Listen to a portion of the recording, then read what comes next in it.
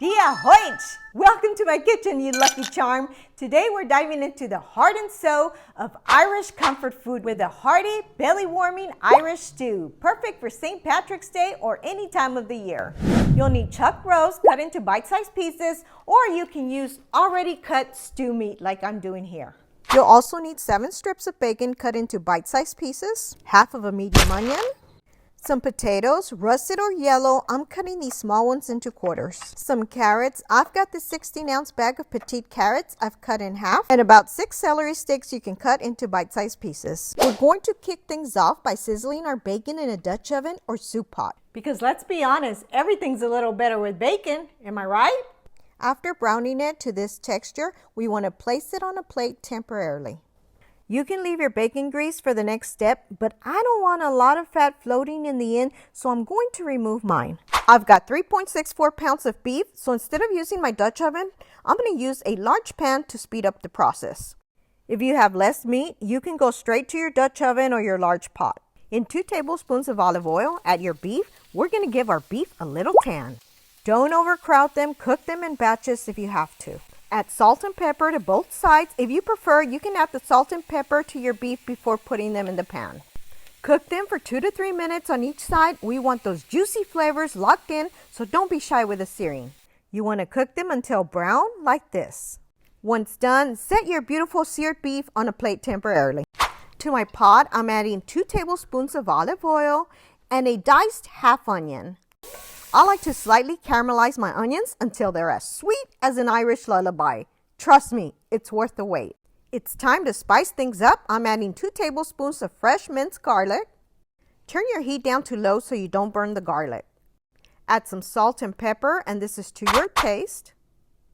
1 tablespoon of fresh thyme and 1 tablespoon of rosemary to take your stew from to oh my God. And here comes the secret weapon, 3 tablespoons of cornstarch. It's like a little magic trick for thickening up our stew. Mix to dissolve.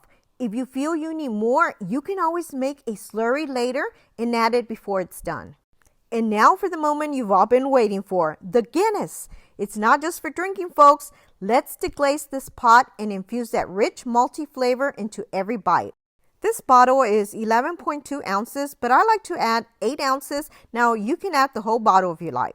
Now a fun fact about me, I've never acquired a taste for beer, so if you don't like beer, don't worry about it. It's different when you're cooking it. I like to cook the alcohol off for about 5 minutes. While it cooks off, we're going to add 4 tablespoons of tomato paste because every good stew needs a little tang and richness. It's like a flavor party in here. Speaking of, it's time to invite the veggies to the party. Our celery, carrots, and potatoes, the dynamic trio that brings color, texture, and vitamins to your stew. Give it a good mix. It's time to add back our beef with any of their drippings. Now we'll go in with our bacon. You can find most products I use in my kitchen, along with favorites, in my Amazon store. I'll post the link below in the description section, or if you're on a different platform, it'll be in my bio. You can also find all ingredients in the description section. Let's not forget the liquid gold, beef broth. It's the glue that holds the stew together and keeps it simmering with flavor. This container is 32 ounces. I'm going to add the whole container plus 2 more cups. If 1 container is all you have, you can always add 2 cups of water. Give it a good mix, then turn up the heat to get it to a simmer. Once it starts to simmer, you want to cover it up. Turn your heat down to low and slow cook it for 2.5 hours. If you're making mashed potatoes with it, start cooking them 30 to 40 minutes before your stew is done. It's 2.5 hours. Let's check on our stew and plate before we add the rest. I like to serve mine over mashed potatoes. Now, last but not least, we'll top it off with a little bit of parsley because we eat with our eyes, right? Take a look at this beauty before we go in for the taste. Now, this video is a part of an Irish dish collab. Be sure to check out other creators' Irish dishes below. All right, we got to break into this.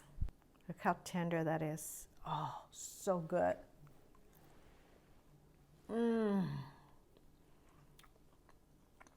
Oh my gosh, this is so good. I think I'm feeling a little Irish.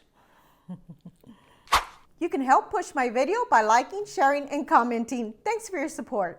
If you haven't already subscribed, please be sure to do so below or hit my little picture on the side.